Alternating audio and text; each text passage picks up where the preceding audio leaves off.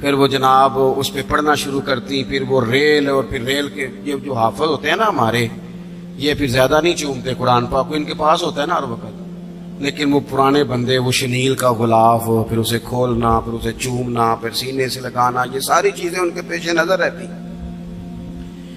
اماں جی نا وہ نماز پڑھ کے قرآن پاک کے کوئی 2-1 رکوع پڑھ کے پھر آواز دیتی، وہ تسی اجے بھی ستے ہو، میں دودھ بھی رڑک لیا، نماز بھی پڑھ لی، سبق بھی پڑھ لیا، اٹھ جاؤ نا، اب تو ٹائم تھوڑا رہ گیا نماز کا۔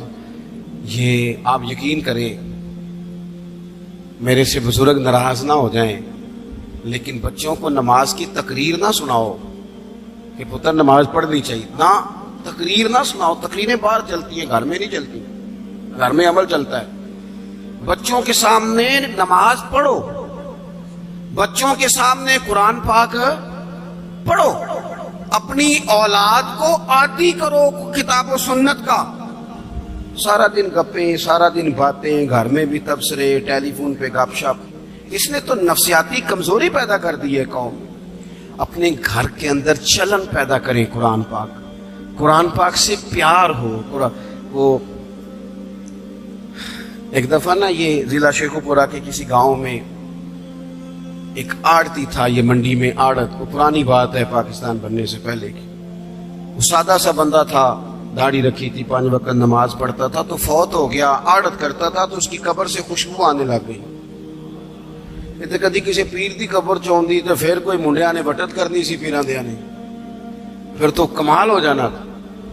اللہ خیر فرمائے، اللہ ماشاء اللہ، پھر کوئی کہانی، کوئی کرامت ادھر ادھر سے جوڑ جاڑ کے بھی لوگ بنا لیتے ہیں، لیکن وہ سادہ آدمی تھا، قبر سے خوشبو آنے لگ گئی، شور پڑ گیا، لوگ جمع ہو گئے، بندے نا آہستہ آہستہ وہ عدت ختم ہوئی تو اس کی خاتون سے کہنے لگے کہ مثلا انگوٹھا چھاپ بندہ تھا، سائن بھی نہیں کرنے آتے، قبر سے خوشبو، آخر کوئی تو عمل ہوگا۔ کہنے لگی اسے نا قرآن پاک سے بڑا پیار تھا، پڑھا ہوا نہیں تھا، تو ہر روز وضو کر کے نا دن میں 2 وقت قرآن پاک کھولتا، اور پھر اس پہ لائنوں پہ انگلیاں رکھ کے چلاتا، رو کے کہتا مالکا غلطی ہو گئی ہے، میں نے پڑھنا چاہیے سی۔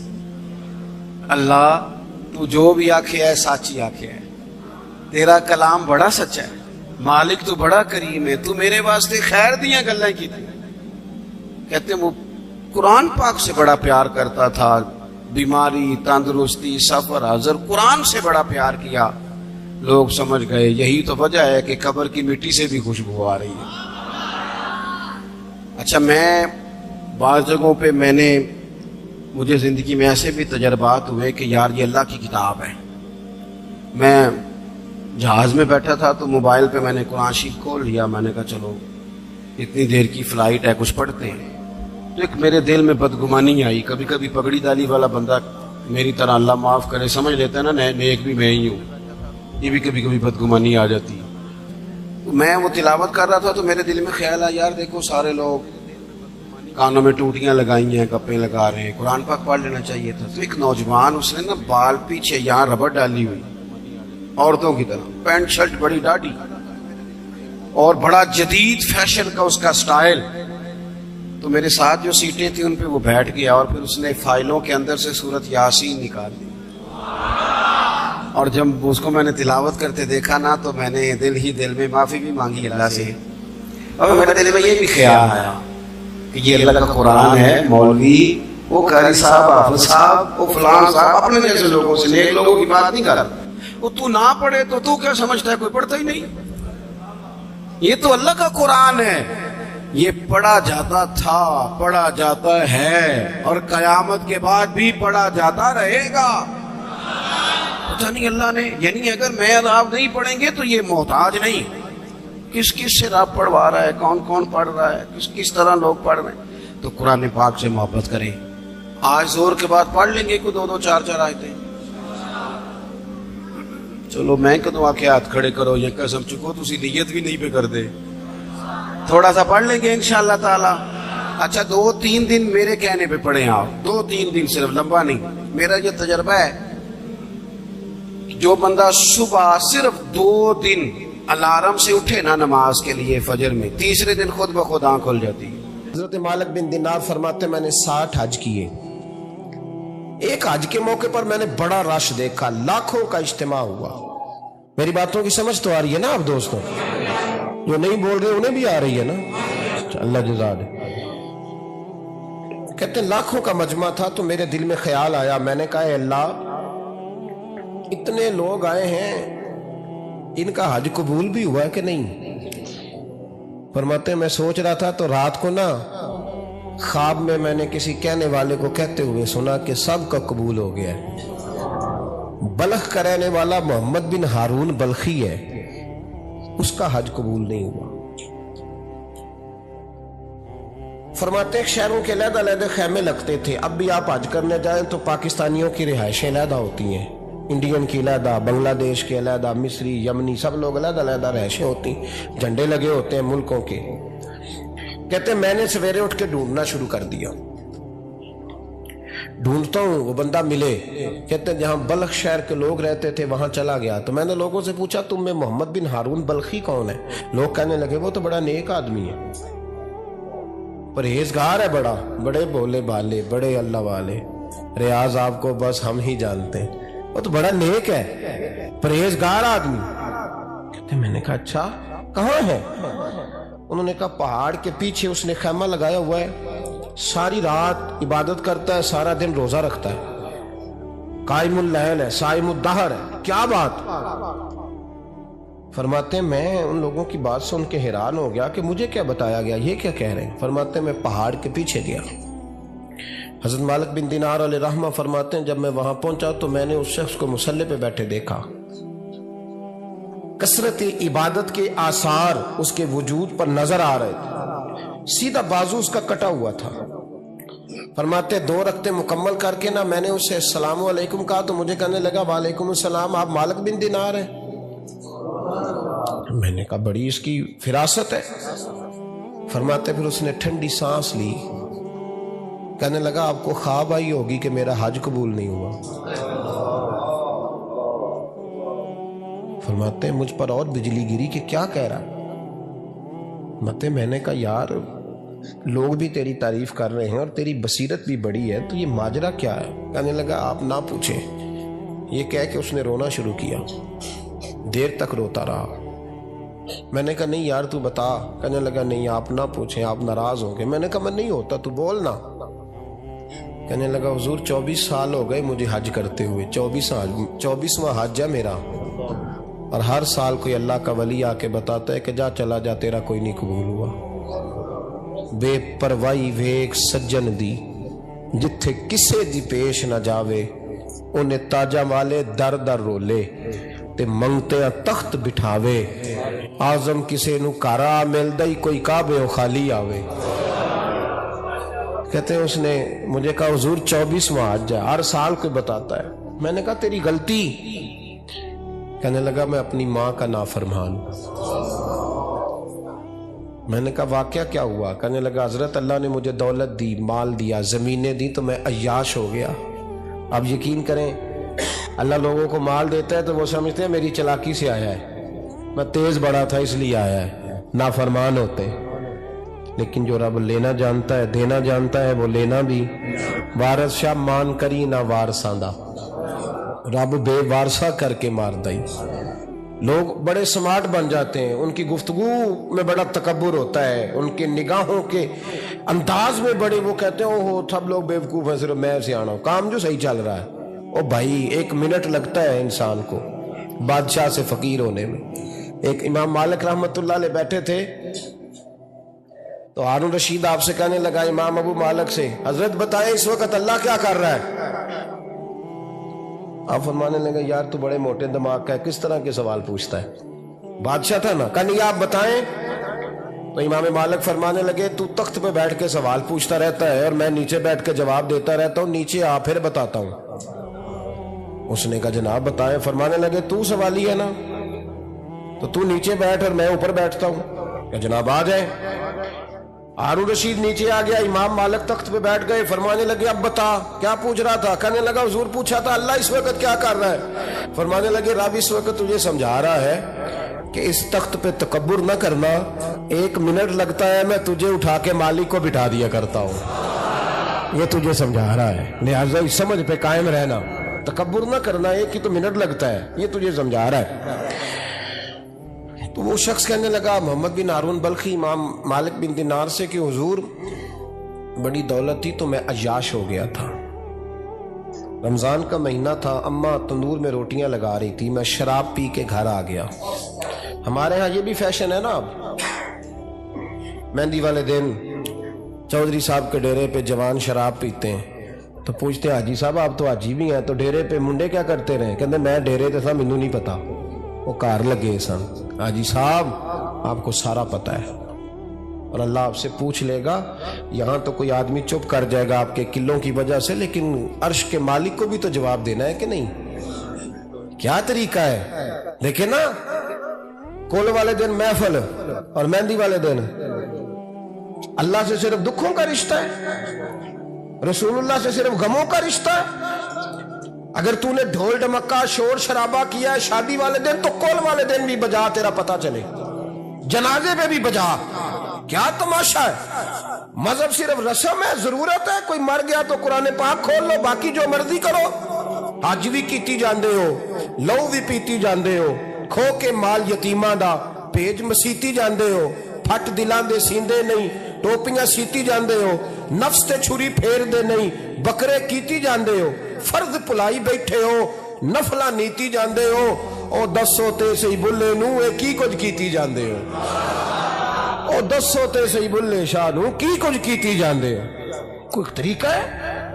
کول شریف پہ مولوی صاحب تشریف لائیے گا، ابا جی کے کول ہے تو میں تو کہتا ہوں بجا نہ بینڈ باجے والا آج بھی، تیرا پتہ چلے کہ یہ دو کام کیسے ہوتے ہیں، تو کس طرح دو کشتیوں کا سمجھ نہیں آتی بات کی۔ میں تو جاتا ہی نہیں بینڈ باجے والی شادی پہ، میں کہتا ہوں جن کو مردی پڑھا لو نے کہا، ہم سے نہیں دو کام ہوتے، اللہ روزی دینے والا ہے، ایک ہی کرتے ہیں، 2 رنگی چھوڑ کے یک رنگ ہو جا، سراسر موم ہو جا یا سنگ ہو جا، موج کرو، ہم اس چکر میں پڑتے ہی نہیں، ہم وہ راستہ ہی چھوڑ دیتے ہیں جو ہماری طبیعت کے مطابق نہیں ہوتا، بس ختم ہو گئی بات۔ اس لیے غور کریں اور یاد رکھیں اس بات کو۔ امام مالک بن دینار رحمت اللہ علیہ فرماتے ہیں مجھ سے کہنے لگا پیسے آئے تو میں عیاش ہو گیا، رمضان کا مہینہ تھا، عصر کے بعد میری اماں افطاری کی تیاری کر رہی تھی، میں گیا، میں نے کہا شراب پی ہوئی، اماں روٹی دے، تو اماں کہنے لگی شرم کر، شرم کر، روزہ رکھا نہیں تو جنہوں نے رکھا ہے ان کا تو خیال کر۔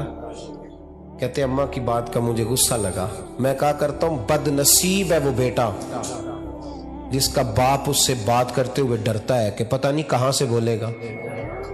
بد نصیب نہیں وہ بیٹا جس کی ماں اس سے بات کرتے ہوئے سہم جاتی ہے کہ پتہ نہیں کون سی بولی بولے گا۔ بد نصیب نہیں کہ ماں باپ بھی جس سے کھول کے بات نہ کر سکے۔ حضرت مالک بن دینار سے کہنے لگا اماں نے جب کہا نا شرم کر تو مجھے غصہ آیا، میں نے ماں کو تھپڑ مارا اور میری ماں جلتے ہوئے تندور میں گری، لوگوں نے مجھے پکڑ کے اندر بند کر دیا کمرے میں، ساری رات میں شور سنتا رہا پر نشے میں دھوت رہا۔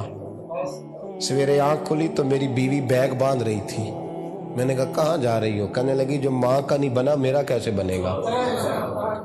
میں نے کہا میری اماں کا وہ تو لوگوں نے رات کو دفن کر دی جنازہ پڑھ کے۔ تڑپ کے کہنے لگا مجھے کیوں نہیں بتایا؟ تو کہتے ہیں لوگ کہنے لگے تیری مرتی ہوئی ماں کہہ گئی تھی اسے میرا منہ نہ دیکھنے دینا، میرے جنازے کے قریب نہ آئے۔ حضرت مالک بن دینار فرماتے ہیں جب اس نے یہ بات سنائی تو میں نے بھی اس کے منہ پہ تھپڑ مارا، میں نے کہا تو اسی قابل ہے۔ کہتے ہیں وہ رونے لگا، حضور دعا کرے اللہ مجھ سے راضی ہو جائے۔ کہنے لگا جب ماں کی انتقال کی خبر ملی تو میں نے کلاڑی لے کے وہ ہاتھ کاٹ دیا جس سے ماں کو مارا تھا، میں نے ساری جائیدادیں خیرات کر دیں۔ 24 سال ہو گئے، 24 سال ساری رات نماز پڑھتا ہوں، روزہ رکھتا ہوں، حج کرتا ہوں، پر ہر سال کوئی آ کے کہتا ہے جا دوڑ جا تیرا کوئی نہیں قبول ہوا۔ حضور دعا کرے مالک راضی ہو جائے۔ فرماتے میں تھپڑ مار کے آ گیا، میں نے کہا تجھ سے راضی ہو جائے اتنے ظالم سے؟ امام مالک فرماتے رات کو آ کے سویا تو مجھے خواب میں رسول پاک کا دیدار ہوا، تو نبی پاک علیہ السلام نے فرمایا مالک تو اسے مایوس کیوں کر آیا ہے؟ اللہ تو بڑا مہربان ہے۔ کہا حضور ماں کے نافرمان کو معافی کیسے ملے گی؟ تو امام مالک فرمانے لگے نبی کریم نے فرمایا جا اسے جا کے بتا دے تجھے قیامت میں تیری ماں کی وجہ سے بخش دیا جائے گا۔ کہا حضور اماں کی وجہ سے کس طرح؟ تو محبوب فرمانے لگے اس کی ماں قیامت میں اس کے خلاف مقدمہ دائر کرے گی رب کریم کی عدالت میں، اے اللہ میں نے 9 ماہ پیٹ میں رکھا، درد سہ کے اسے جنا، جگر کا خون پلا کے پالا، اور اسی نے مجھے قتل کیا۔ رب کریم اس کی ماں کا مقدمہ سن کے کہے گا اٹھاؤ اس کو دوزخ میں پھینکو، اس نے ماں جلائی تھی اسے بھی جلاؤ۔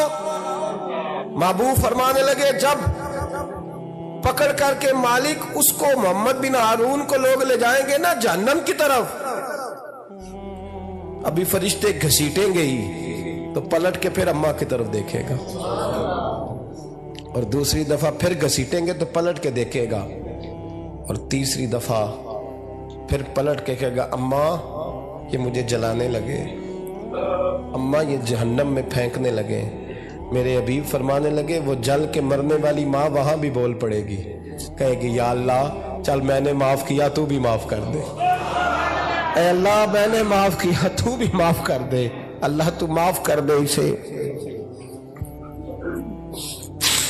اللہ تو اس سے درگزر فرما، اسے معاف کر دے۔ میرے محبوب پاک علیہ السلام فرماتے رب کریم کہے گا اس نے تجھے جلایا، تو کہے گی اللہ یہ تو بیٹا تھا اس نے جلا دیا، میں ماں ہوں، میرے سامنے جلے تو میں کیسے برداشت کر سکتی ہوں؟ فرمایا اس نے جلا کے مارا تھا پر اسی ماں کی وجہ سے رب کریم اسے جنت عطا فرمائے گا۔ پلٹا جا کے ماں کے پیروں میں بیٹھ، جا سویرے ان پڑھ باپ سے دعا کرایا کر، جا بالکل انگوٹھا چھاپ باپ سے صبح دعا کرایا کر، دیکھ رب کریم تیرے لیے رحمتوں کے دروازے کھول دے گا۔ کیا ہوگا؟ ماں بیچاری کی ساری زندگی پردے ڈالتے بیت گئی۔ ابا نے آ کے پوچھا کہاں گیا وہ کہتی ادھر ہی تھا، مجھے بتا کے کہ ابھی آ جائے گا، وہ مجھے کہہ گیا تھا کہ میں نہیں ادھر ہی تھا، کچھ بھی نہیں، ایسی کوئی بات ہی نہیں۔ ساری زندگی پردے ڈالتے بیت گئی۔ ابا کئی دفعہ گھر میں لڑائی کی، بیٹے کو مارا، اماں نے آگے بڑھ کے پتر کے حصے کی مار بھی کھائی، لیکن اسی بیٹے کی شادی کر دی تو اماں کو پتا چلا کہ اوہو میں تو سمجھدار ہی نہیں تھی، میرا تو پتر مجھے کہہ رہا ہے اماں تو بھی تو کبھی سیانی ہو جایا کر، اگر وہ بولتی ہے تو تو ہی چپ کر جا، تو پھر اسے احساس ہوتا ہے کہ اوہو میں تو ساری زندگی بیوقوف رہی، میں تیرا دفاع کرتی رہی، تیرے حصے کے تھپڑ کھاتی رہی، اور مجھے آج تو نے بتایا کہ تو سیانی نہیں تھی، آج تو نے بتایا کہ تو عقل مندی نہیں تھی، اماں تجھے کیا پتا، میری بیوی کے سامنے تو ہی سیانی ہو جا۔ وہ ٹوٹ جاتی ہے، بکھر جاتی ہے، وہ کبھی پلٹ کے دیکھتی ہے تو اسے بڑے سارے زخم تازے ہو کے دکھائی دیتے ہیں، وہ یار میں ہی سیانی نہیں تھی۔ سنو نا، امام حسن رضی اللہ تعالیٰ عنہ فرماتے ہیں امام حسن نے کوئی لمبا وقت نہیں اپنی والدہ کے ساتھ گزارا، چھوٹے تھے تو سیدہ فاطمہ الزہرا رضی اللہ تعالیٰ عنہ وصال کر گئیں، پر شیر خدا کے پتر کی بات دیکھیں، امام حسن کہتے ہیں لوگوں میں جب تھوڑا سا باشعور ہوا اور مجھے چیزیں تھوڑی سی دکھائی دینے لگی تو میں نے کبھی اپنی اماں کے ساتھ ایک پلیٹ میں کھانا نہیں کھایا تھا۔ حضور ساری دنیا کھاتی ہے تو آپ نے کیوں نہیں کھایا؟ تو فرماتے ڈر لگتا تھا کہ کہیں ایسا نہ ہو کہ جس لقمے کی طرف میری ماں اپنا ہاتھ بڑھائے کہیں میں نہ اٹھا لوں، بے ادبی نہ ہو جائے، ڈر لگتا تھا۔ میں نے یہاں تک بھی نا، کیونکہ ماں تو ماں ہوتی ہے، میں نے یہاں تک بھی ماں کا احترام کیا، روٹی کھانے میں بھی تقدیر نہیں کی۔ یہاں ماں وہ کہتی ہے پیر صاحب انہوں دسیا جنا کہ میں تانوں آکھیا سی، انہیں گلاں چانوں آکھیا جے میرے نال بولے تے صحیح کرے، انہوں دسیو نا میرے نال بگڑ جائے گا، انہوں آکھیا جے نا میں تانوں شکایت لائے، پر نا انہوں گلاں سمجھایا جے کہ میرے نال اچھی نہ بولیا کرے، میں تکلیف انہوں آکھیو نا۔ او یار کیا کائنات میں حضور سے بڑا بھی کوئی ہے؟ لیکن حضرت حلیمہ سعدی آئی ہیں تو کیا میرے نبی اٹھ کے کھڑے نہیں ہو گئے؟ حضور نے اکرام دیا تو اکرام دینے سے قد بڑا ہوتا ہے، چھوٹا تو نہیں ہوتا۔ خدا را اپنے بڑوں کا اکرام کرنا سیکھیں، انہوں نے کسی نے آپ کو جگہ دی ہوگی, کسی نے آپ کو نوکری دی ہوگی, لیکن ماں باپ نے تو زندگی دے دی اولاد کو, جوانیاں دے دی, سارا کچھ دے دیا. اور بچے ہیں کہ سمجھتے ہیں احترام کے جذبے اپنی طبیعت میں لائیں, بے ادب نہ بنیں, سوء ادب نہ کبھی کریں. آپ نہ کبھی کوئی ایسا کام نہ کریں جس سے نہ تکلیف بڑھے, جس سے آزمائش بڑھے. آپ احترام والے رہیں گے تو خود بھی سجے سنورے نکھرے رہیں. اپنے بزرگوں کو پہل کریں بزرگوں کی طرف, یعنی آپ گھر کے اندر چھپا کے سیب اپنے کمرے میں نہ لے کے جائیں, چھپا کے چیزیں نہ رکھیں, بلکہ پہل کریں بوڑھے ابا سے, پہل کریں اپنی والدہ سے, وہاں سے آغاز کریں. آپ دیکھیں برکتیں کتنی ہوتی ہیں. میں کچھ باتیں مجھے لطف دیتی ہیں. میرے کچھ سنگی ہیں, 3 بھائی ہیں کٹھے, مجھ سے بیعت ہیں, میرے ساتھ بڑا پیار کا رشتہ ہے. تو کبھی کبھی نہ خدمت کرنے کا دل کرتا ہے ان میں سے کسی کا کہ چلیں حضرت صاحب آئے ہیں تو ہم کچھ نذرانہ پیش کریں. تو اپنے بڑے بھائی کو وہ تھماتے ہیں کہ جناب آپ یہ کام کریں. اللہ تعالیٰ کا شکر ہے میری جیب کام ہی خالی رہتی ہے, اس کا فضل رہتا ہے, لیکن وہ پیسے لینے سے زیادہ یا تحفہ لینے سے زیادہ یا پھول پکڑنے سے زیادہ اس بات کی مجھے خوشی ہوتی ہے کہ کتنے نرالے ہیں. بڑے کو آگے لگاتے ہیں تو برکت تو حاصل کرتے ہیں, اس لیے کہ برکتیں ہمیشہ بڑوں سے ہوتی ہیں, بڑوں سے ہمیشہ برکتیں. یہ پھول کا تحفہ بڑے بھائی کو دے کے جب آگے کیا جاتا ہے تو میرے دل کو اچھا لگتا ہے, مجھے قرار آتا ہے کہ یار یہ لہجہ ٹھیک ہے, یہ انداز یہ ٹھیک ہے. اپنے بڑوں کو آگے رکھیں, بڑوں کو کلام کرنے کا موقع پہلے دیں. گھر میں کوئی چیز لائیں تو تقدیم کریں. ہمارے ہاں نا اب جو استادی شاگردی آئی ہے نا یہ بڑی خطرناک ہے. ہمارے ایک قاری صاحب تھے, ایک مدرسے میں پڑھاتے تھے, بڑا مارا کرتے تھے, اور میں انہیں مذاق بھی کرتا تھا, کبھی کبھی عذرائے محبت مزاح کرتا تھا. میں ان سے کہتا تھا قاری صاحب آپ شاید مار کھا کے پڑھیں اس لیے بچوں سے بدلہ لیتے ہیں. تو کچھ دن پہلے, کچھ عرصہ پہلے ملاقات ہوئی تو میں ان کے ادارے کے قریب سے گزر رہا تھا, تو میں نے ان کا نا وہ ڈیسک وغیرہ چیک کیا تو ان کے پاس نا چھوٹی لیدا ہوتی تھی, پائپ 2 قسم کے لیدا ہوتے تھے, پانی والا لیدا اور گیس والا علیحدہ. بڑا مارتے تھے بچوں کو. مجھے بھی اختلاف تھا اس بات سے, میں ان کو گزارش بھی کرتا تھا. تو میں گیا تو وہ جس طرح وہ خیر استاد کمال کے تھے, انہوں نے بڑے کامیاب حافظ تیار کیے, اور ویسے بھی بندہ بڑا باوصول, بڑے اچھے, بڑے نفیس. میں نے ان سے کہا کہ وہ خیر ہے, چھوٹیاں کدھر گئیں آپ کی؟ کہنے لگے حضرت صاحب نہ شاگرد رہے, نہ استاد رہے, نہ وہ ماں باپ رہے. کہنے لگے پتہ نہیں 2-4 سالوں میں کیا ہوا ہے. تو میں نے کہا آپ کو تو کوئی منع کاری نہیں, میں نے کئی دفعہ سمجھایا تھا, آپ باز نہیں آتے. کہتے تھے اب آ گیا ہوں, اس لیے کہ ایک کو چھڑی مار رہے ہوتے ہیں تو دوسرا ساتھ ویڈیو بنا رہا ہوتا ہے. پہلے طالب علم اس طرح کی توہین کا رویہ استادوں کے ساتھ نہیں کرتے تھے. وہ کہتے تھے جیسے بھی ہے فیض استاد سے لینا ہے. اب آپ ذرا گھور کے دیکھیں تو کہتے ہیں لاؤ کتابیں, جا رہا ہوں بڑے مدرسے, بڑے کالج, بڑے اسکول. میں نے اپنی زندگی میں دیکھا کہ ہمارے بڑے کہتے تھے, کبھی گارا کے بتاتے ہیں نا استاد جی نے مارا ہے, تو کہتے تھے کسی غلطی سے مارا ہوگا. اور اس طرح کے سخت لفظ بولتے تھے کہ ہمیں لگتا تھا کہ ہمارے بزرگ ہمارے ساتھ زیادتی کر رہے ہیں. وہ کہتے تھے کہ منو ہڈیاں چاہیے نے پڑیا ہو رہے. یہ لفظ کر کہتے تھے میرے ابا جی, میری اماں, ہڈیاں دیا جی سانو پر دیا جی پڑیا. اب کیا ماحول ہے, ڈر آتا ہے. چے گھورتے ہیں, ان کی اماں آگے کہتی ہے تو 8000 کا مولوی ہے, میرا 1.25 کروڑ کا بچہ ہے, تیری طاقت کیسی ہوئی چودھری کے بچے کو ہاتھ لگانے کی؟ اتنی تیری جرت کہ میں نے میرے بیٹے کو ہاتھ لگایا. کروں گی نا کل بندے کٹھے, تیری کراؤں گی چھوٹی مسجد سے. تو اتنی تیری طاقت کہ تو میرے بچے کو مارے. ہم نے نا پرموٹ کی چیزیں, پرموٹ. حضرت خواجہ حسن بصری رحمت اللہ علیہ فرمایا کرتے تھے ادب نہ ہو تو علم آ ہی نہیں سکتا. اس لیے کہ کتابیں رہنمائی کرتی ہیں, کتابوں کی ترجمانی تو استاد نے کرنی ہے. تو اگر آپ وہ احترام ہی نہیں ہے, وہ طبیعت ہی نہیں ہے, وہ ذوق ہی نہیں ہے, سیکھنے کا وہ خاص جذبہ ہی نہیں ہے.